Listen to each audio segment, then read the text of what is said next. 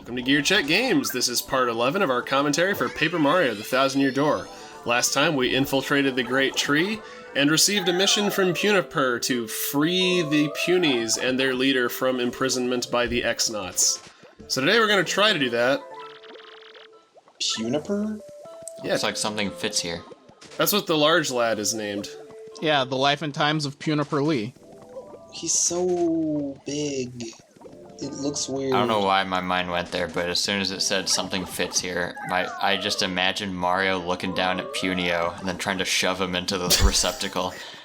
Well, I mean, Punio wouldn't fit any better than the actual thing that goes in there. I just imagined Mario, like, shaping himself into a square and slowly... We haven't gotten that curse yet, Nick. Oh, you can stun him. Yeah. Mm-hmm. Yeah, Flurry, like many enemies, can attack... Like many enemies. Okay, I didn't mean to take it that far, okay? Like many partners, Flurry can attack enemies in the overworld. Although hers isn't really an attack, but she can stun them, making it easier for you to get a first strike on like a fast-moving enemy. Now that green guy right there is my top priority. That is a Yux. Yeah. And those guys, these guys are not fun to fight, because for every turn they go without dying, they spawn a mini Yux, which has 1 HP, but creates a barrier that protects the Yux from all damage until all of its mini Yuxes are taken out. Oh, so it's like Necrophobe from Final Fantasy V. So the longer you leave them alive, the more annoying they are to fight, so you want to get rid of them as soon as possible. I like how Madame Flurry deals with hecklers. She just body slams them. Just squishes them. She's used to the stage. I imagine Madame Flurry sounding like Patti LuPone, who, if you don't know who that is, she's the voice of Yellow Diamond on Steven Universe, and also very popular, very famous from Broadway. But I imagine Madame Flurry just like, okay, you want to go? Here's to you. Like, one day I'll get around to watching that show. I mean, yeah, watch the show, but also... Yeah, she plays White Diamond, doesn't she? No, Patty plays Yellow Diamond. Oh, yeah. Yeah, you know, she's the what's the use in feeling, what's the use in feeling. Now, I don't believe I ever let a Yux attack me, at least like the basic variety. But what they do, it's basically just what they do in the overworld, where they shoot that little, like, sonic wave at you. Not terribly damaging. It's really like the mini Yuxes you gotta worry about. So does she just come standard as a 2-power attacker? Uh-huh. Yeah, Flurry's a little bit more burly than your other partners in terms of stats. Although, in the long run, I wouldn't say that she's one of the more robust characters. Like, honestly, Goombella maxed out has more HP than Flurry does, and, like, more damage potential. It's because she's got a low center of gravity. Oh. Yeah, I guess. It's all about that pressure. I don't know, her center of gravity seems pretty high up. Goombella's? Oh, no, I was talking about Flurry. Yeah. I mean, also Goombella. Well, yeah, it's that necklace. You know, it's made of like 14 karat gold. 14 karat gold. What is that creature? Looks like an old sock with eyes. It looks like an early Muppet. It looks like if you turned Splinter from the Ninja Turtles into a raisin. It's a rejected character from Sam and Friends. Have you guys ever seen Flork of Cows? Oh, It's been a while, yeah. He looks like a Flork of Cows character. Yeah. So do the lines on the Elder's nose, are they wrinkles or whiskers? Yes. Checks out to me. Is this the horde of Punios? Probably wrinkles. I like how even if you ignore the fact that they're made of paper and can just turn sideways to get out of the bars, they're also just small enough to squeeze through anyway. Well, they haven't been cursed yet. That's why they can't slip through. I asked last episode what you thought Punio sounds like, and I realize now that I think he sounds like Phineas from Phineas and Ferb. That's what I imagine Punio sounding like.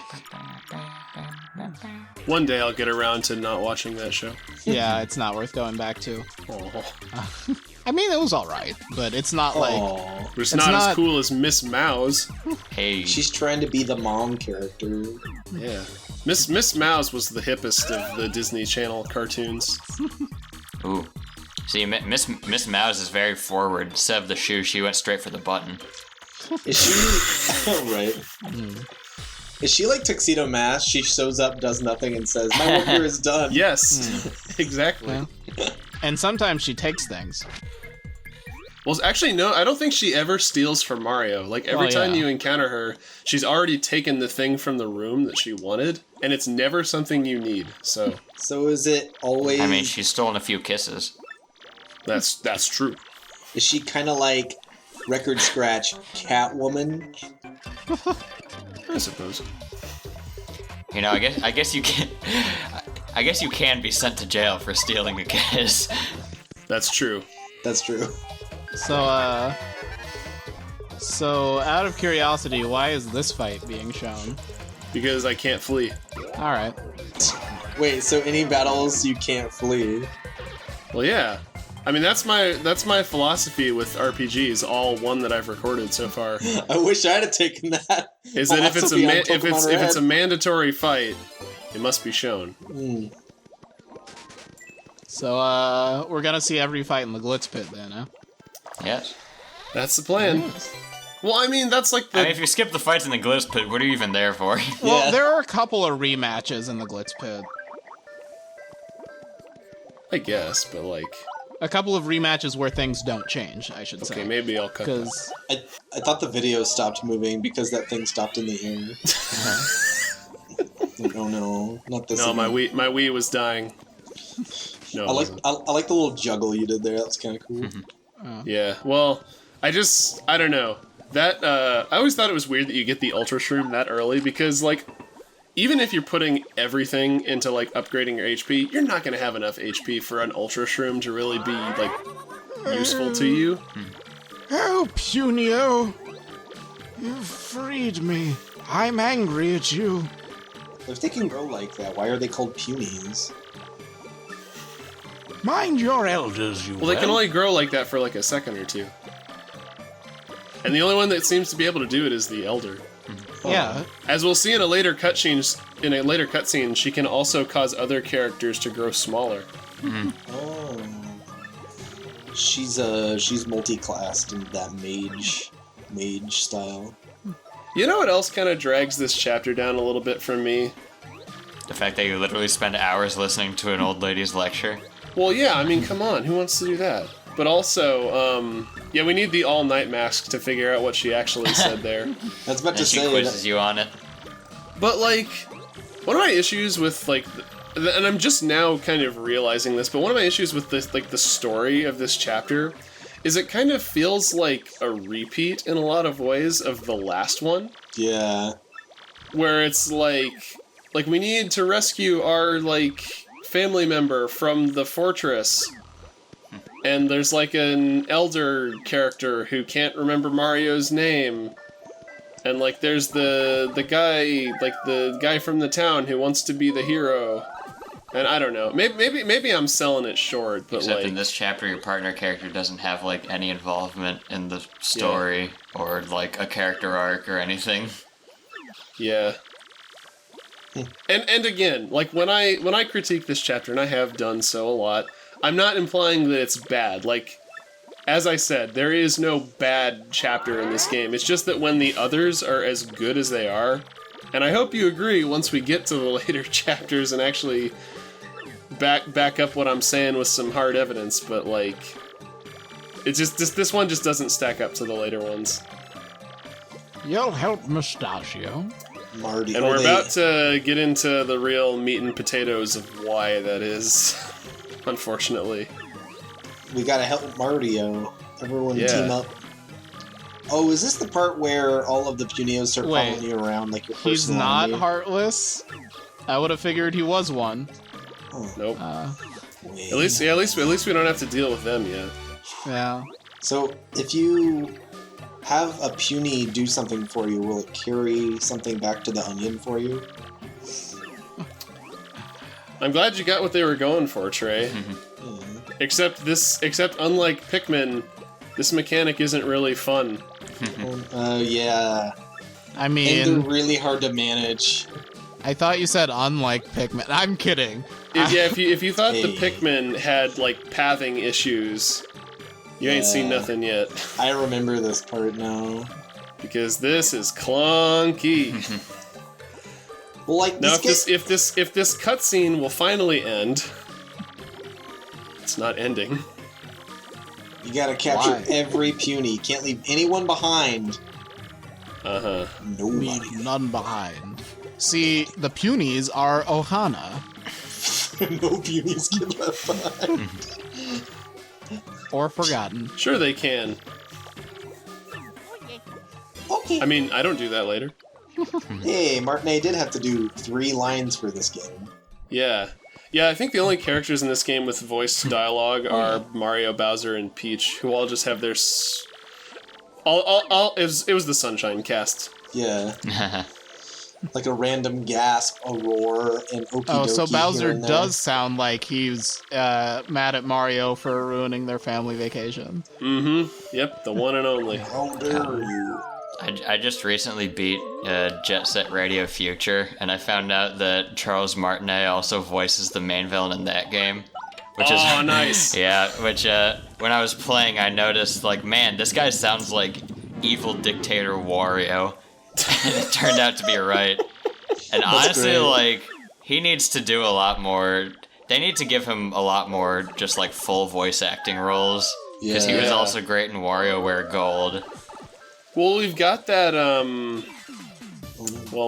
the dreaded Illumination Mario movie coming down the pipeline. Do you true. suppose they'll get the voice actors from the games in on that? Nope, it'll just be minion noises. Oh god. Banana. Mario Minions. That's the last In name. that case, I'm good. Because, like, I know with, like, Detective Pikachu, you know, they didn't use any of the apart from Ikue Otani for Pikachu, they didn't use any of the cast from, like, the anime. Now So, he's really getting huge. What they're gonna do is they're gonna bring Captain Lou and I want to say his last name was Captain Luigi. Danny Winters. Yeah. So they're gonna bring Captain Lou and Danny Winters back from the dead to voice Mario and Luigi. I kept that fight in because I wanted to showcase that x-nauts aren't just brawlers. Like they do have those 2 jumping attacks they'll try against you, but they also have potions they can pull out every once in a while to buff themselves, and I believe they can also use them on each other. But I might be misremembering that. Potion seller, I need your strongest potion. I'm going to battle with Mario. Only the In fact, strongest later in potions the game, there's a specific variety of x-naut that can throw potions as projectiles, like kind of like grenades almost. Whoa. Why are they standing in that tiny little spot?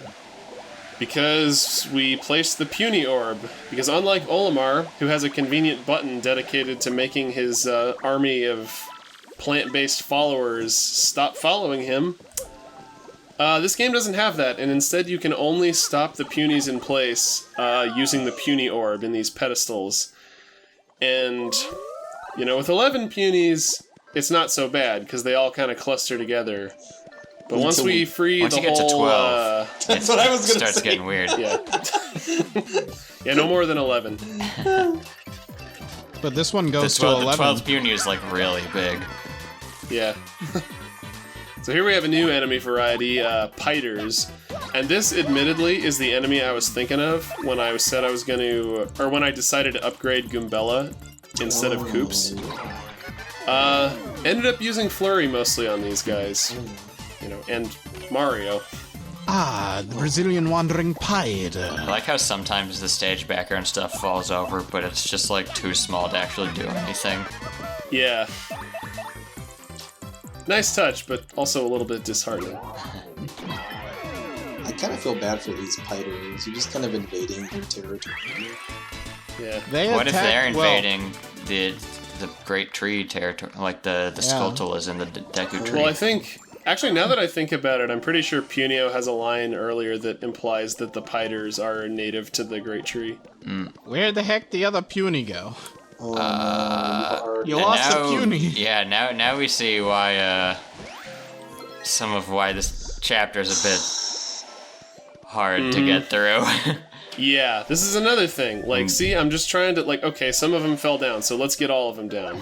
Since I don't have the puny orb, I can't make them all, like, stop in one location and walk around to an angle, which I can effectively, like, blow them off.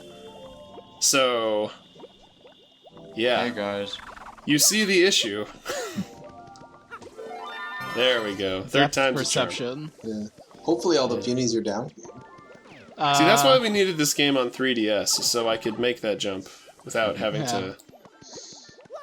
Wait, you're still missing And I'm still missing one, Yeah. so this is where I start to sweat a little bit. Like, Yeah, no, one of your punies just, like, disappeared. I could have sworn I had 11 coming in here.